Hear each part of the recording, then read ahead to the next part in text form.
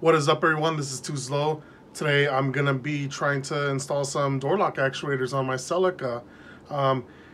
It seems like every Celica I've bought, and I've bought plenty of 7th gens, I've bought at least a dozen, and I kid you not, every 7th gen I bought had the door lock actuators not working. I don't know if it's like a common thing on them, I don't know if it's just a defect or what, but they just don't work. They don't last. Anyways, I've owned my Celica for about, what, 5 years now? Yeah, 5 years. And I haven't had working door lock actuators. And recently, I installed a OEM keyless entry system alarm on my Celica. And I have the key fob. And I was trying to unlock and lock the doors, and it works, but the door lock actuator itself doesn't open and close completely 100%, and after certain tries they just die out. Like after 2 or 3 clicks they completely die out. So I've never done them, I've never replaced them. Clayton has, and I never got to see whenever he does remove them or install them. I never get to see how he does it. So I'm gonna check YouTube, because that's pretty much what I do first. I usually go on YouTube and see if someone else has done it, and just go ahead and check. All right, let's go ahead and do some YouTube right here. Just put Celica door. Oh, it's right there. Okay, well, let's look it up. First one that pops up, by some guy named Equinox. Let's go ahead and watch this video. Alright, what's going on, guys? Back with another video. Today we're gonna install or replace the door lock actuators. Hold up, aren't you like a master pro at these Celicas? Why are you watching my video on how to change these door lock actuators out? Are you a noob?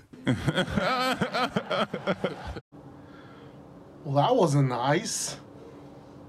That was honestly a bit discouraging. Man, I thought YouTubers were out there to help us out. Wonder what's his problem. Anyways, it seems kind of dumb to make a whole how-to video if there's like 3 of those same type of videos on YouTube and they're all pretty good as it is. And honestly, I kid you not, what was it, 2 or 3 days ago? Some guy named TSR Garage just uploaded one. Like, what are the odds? What are the odds? Instead of him uploading videos on how to change door lock actuators, he should be uploading more about that Celica SS. That's probably more appealing than a door lock actuator video. I'm sorry, man. I'm just playing with you. Gonna keep a straight face there. Anyways, I'm probably just gonna upload just a quick little video of how I did it. It's not gonna be very in-depth. If you really want to go see a good one, go check out Edgar's video. He's awesome. He's great at what he does, and his video is already good. Why do I need to make one? So it makes no sense for me to make a whole ass video on how to replace the door lock actuators if there's already like 2 or 3 good ones on the internet right now as we speak. Edgar's video is good, and there's another guy's video. I forgot who it was, but it doesn't matter. I just want to fix my door lock actuators because if you guys don't remember, I did a video a while back of me installing an OEM keyless entry system on the Celica, because for like what, 4 or 5 years I've been unlocking and locking the Celica with the key or the middle part, or sometimes I would have to close it manually like this because the door lock actuator doesn't work all the time. And I don't know, just one day I got bored of it or tired of it doing it manually, so I installed the Toyota keyless entry system right here, and I have the fob right here. You can see it unlocks. It unlocks fine. Like, I can lock it, and then if I go, see, that one works pretty good still. but it's this one that it's very, very weak. So I can demonstrate to you guys. Let me close the door. You can hear the back one and the other one close. But if I come to open it, okay, it's locked. Lock, unlock. And if we do it again, see, doesn't work. See, so it works the first time, but if you do it like 2 or 3 times, it won't work. So like, it does that throughout, it would do it throughout the day when I was using it, and I would come back to my car and be like, oh crap, I left it unlocked. I could have sworn I locked it. So that's today's video. This is more like a vlog style video. I'm not gonna do step by step. Edgar's video is perfect. I followed it. He was really into detail about it. So if you guys want to go see his video, link is down in his video is down in the description. And let's just go ahead and remove this door panel. So I already went ahead and removed everything.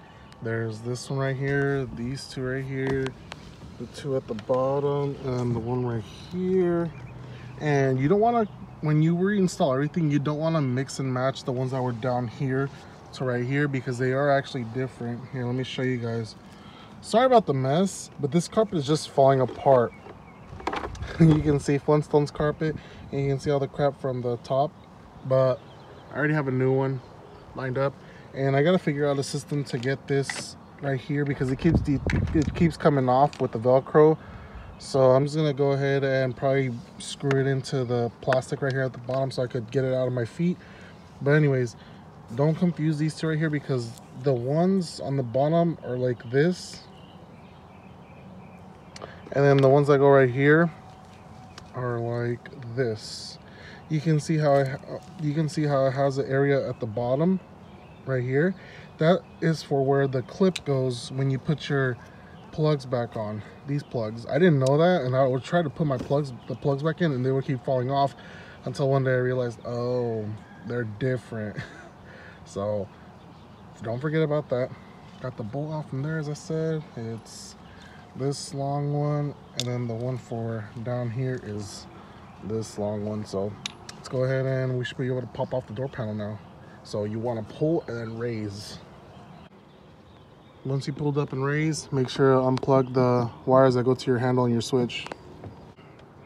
And got the door panel off, and I actually gotta get my new speakers installed and my new tweeters, because I don't like these tweeters. These are aftermarket, and I just don't like the way the previous owner did this. I don't know if you guys remember my rear speakers. They were converted to 4-inch Kenwoods. So why are you downgrading from a 6.5 to 4-inch?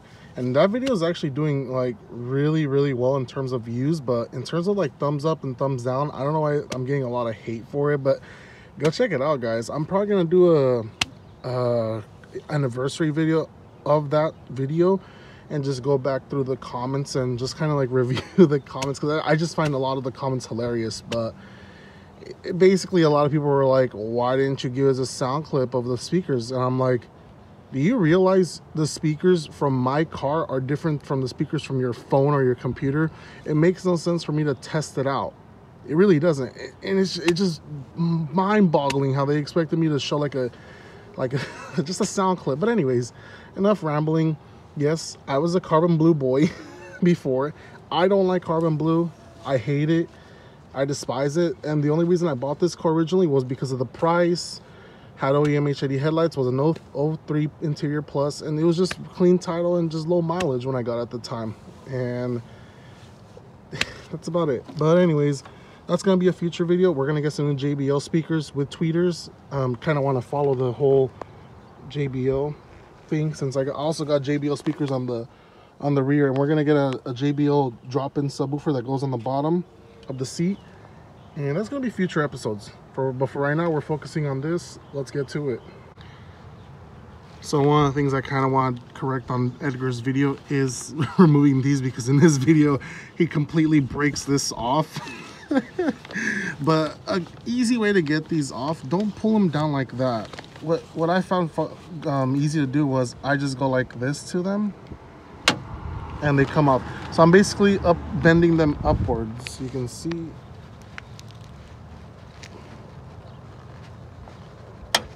Bend it upwards and they're still intact. So that's how I find it easier to remove these. Get those out of the way. And then we're gonna focus on the, oh, I guess I'm missing it. When did I remove this? Wow, well that's not good. So I'm gonna go ahead and get a new 10mm bolt to replace that. And then we're gonna take off these right here that are painted by me when I painted this car back in the day, but oh well. Anyways, let's get to it. Sorry to remove the 330mm or 30. What do they call this? T30? T30? Yeah, T30. I already went ahead and removed the 3, and I think I remember why I didn't do this. This is stripped. So me trying to get this off right now, it's not gonna work. So I don't know what I'm gonna do right now. I'm gonna go ahead and unhook the key lock, actually the key lock where the tab is, and the one for the door handle, and we're gonna figure out what I'm gonna do to get this off. So just to give you guys an idea of the one for the door lock, it's right here. I'm just gonna get my pick tool and just go right here, and all I'm gonna do is just pry it upwards like this, and you see, very easy to get off. But the one over here, it's gonna be a pain. Oh my god, where is it at? Yeah, so I gotta get to that one right there, but I can't seem to get it off. I'm having a hard time, so I'm gonna let me see if I can figure it off camera, but right now it's being a pain in the ass and it's not cooperating with me. So I did manage to get it out. It was tough. And this as well. I don't remember ever doing this to this. What the hell? Anyways, I had to bend it all crazy just to get this out of the way. And this thing's now rattling in there. So I'm going to go ahead and just take this off because I don't want it to rattle when I'm playing music, because it will rattle a lot. So, same thing in the video of Edgar's. Just follow his procedure. Just take off all the screws. Screw, and screw. So, I'm also going to go ahead and clean this up a bit. Don't want to put it back in dirty. So here's a new door lock actuator. Yeah, you can rebuild them, but these are already cheap. These were like $25 shipped for 2 of them, and I'll just go with this method, and we're gonna go ahead and replace it out real quick. Now, before reinstalling everything, you want to make sure that everything works as it should. So we're gonna go ahead and plug it in and just check it out to make sure nothing's getting caught up, because Edgar did point out that he didn't put that rod in that socket right there, and it wasn't traveling that much of a distance, the actuator. So I'm gonna go ahead and hook it up and just make sure it works.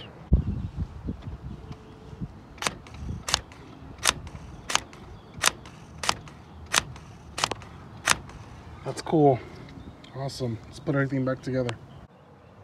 So door lock actuator is back on. Let's just quickly test it out again. Oh yeah, that's awesome. Okay, so I ended up removing this bolt, but I don't think it should really do much of an issue with the whole vibration. Maybe this one will, because it is a metal bracket. So I'm gonna go ahead and get a 10mm bolt just to replace the missing one, and we're just gonna put everything back together and it should be good to go. Different day, had to go do something, but I already got the right side out. I'm gonna go ahead and swap out the actuator here.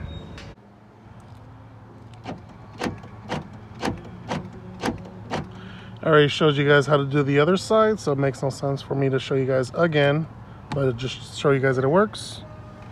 Do it again. Cool.